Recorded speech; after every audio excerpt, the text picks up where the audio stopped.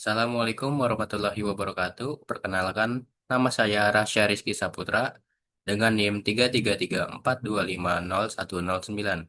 Di sini saya dari kelas pengantar manajemen industri kelas B. Saya akan menganalisis Porter Five Force dan perbandingan laporan keuangan pada Tokopedia dan Shopee. Pengertian.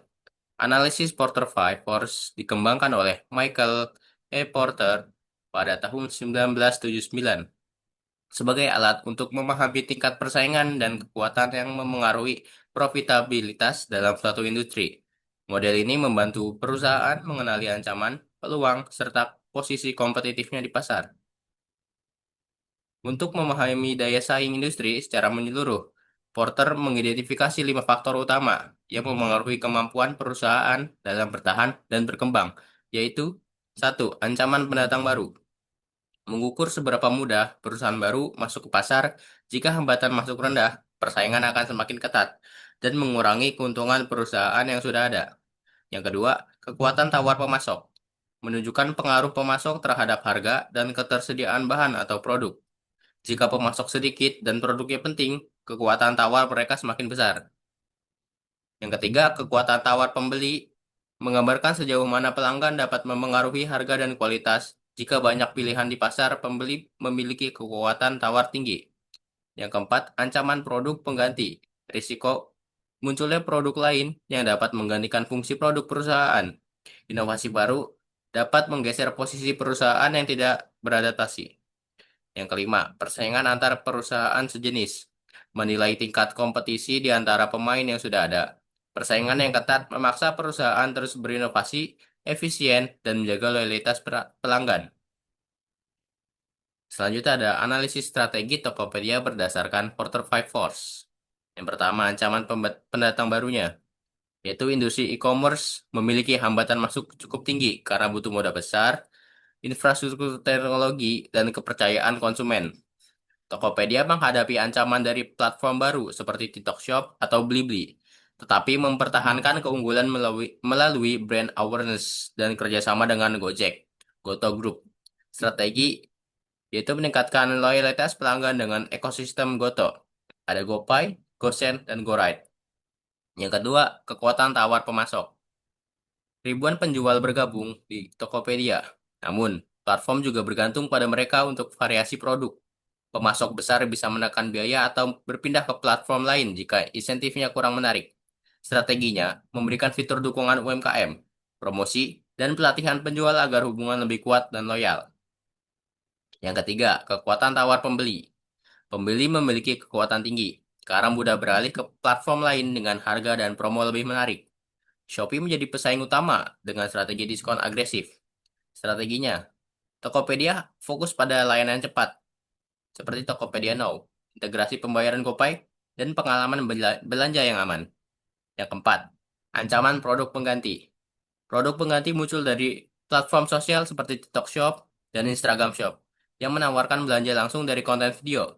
Strateginya, Tokopedia berinovasi dengan fitur live shopping, dengan kerja sama konten kreator untuk menarik pasar muda. Nah, yang kelima, persaingan antar perusahaan sejenis. Kompetisi sangat ketat dengan Shopee, Lazada, dan Blibli. Perang promosi dan ongkir gratis menekan margin keuntungan. Strateginya Tokopedia memperkuat branding nasional, menonjolkan layanan lokal Indonesia, dan mengoptimalkan teknologi AI untuk rekomendasi produk. Selanjutnya ada analisis perbandingan laporan keuangan Tokopedia dan Shopee tahun 2022.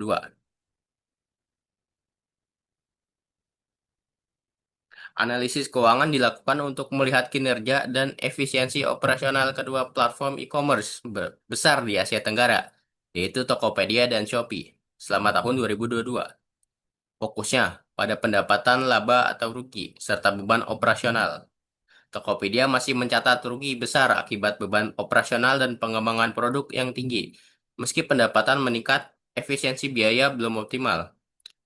Sedangkan Shopee masih merugi, namun menunjukkan perbaikan signifikan dibanding 2021. Penurunan rugi bersih sekitar 19%.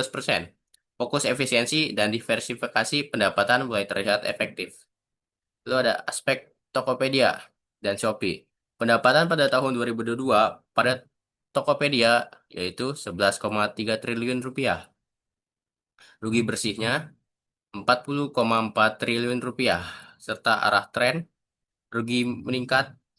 Fokus utama integrasi layanan ekspansi regional. Lalu di Shopee, pendapatan 2022 kurang lebih 192 triliun. Rugi bersih 2022 kurang lebih 25 triliun rupiah. Arah trennya rugi menurun. Fokus utamanya adalah ekspansi regional. Pada pendapatan, Shopee mencatat pendapatan jauh lebih tinggi karena beroperasi di banyak negara dan memiliki pangsa pasar lebih luas di Asia Tenggara. Tokopedia fokus di pasar domestik Indonesia, sehingga pendapatannya masih terbatas namun stabil. Yang kedua ada rugi bersih. Tokopedia mengalami rugi lebih besar karena masih dalam tahap ekspansi dan integrasi pasca merger dengan Gojek. Shopee juga mencatat rugi, namun lebih kecil karena mulai mengurangi beban promosi dan meningkatkan efisiensi biaya. Yang ketiga ada efisiensi operasional. Shopee mulai mencapai titik efisiensi dengan EBITDA yang membaik dari tahun sebelumnya. Tokopedia masih berfokus pada pengembangan produk, biaya, pemasaran, dan beban administrasi tinggi. Yang empat, aset dan skala bisnis. Shopee unggul dari segi aset dan ekspansi regional. Tokopedia mengandalkan sinergi ekosistem lokal. Goto seperti GoPay, GoSend, dan Gojek. Kesimpulannya, Shopee lebih unggul dalam skala dan efisiensi pendapatan, sedangkan Tokopedia masih berjuang menekan kerugian besar akibat biaya operasional yang tinggi. Namun, keduanya sama-sama menunjukkan potensi pertumbuhan jangka panjang di sektor digital ekonomi Asia Tenggara. Cukup sekian materi yang dapat saya sampaikan. Kurang lebihnya mohon maaf. Wassalamualaikum warahmatullahi wabarakatuh.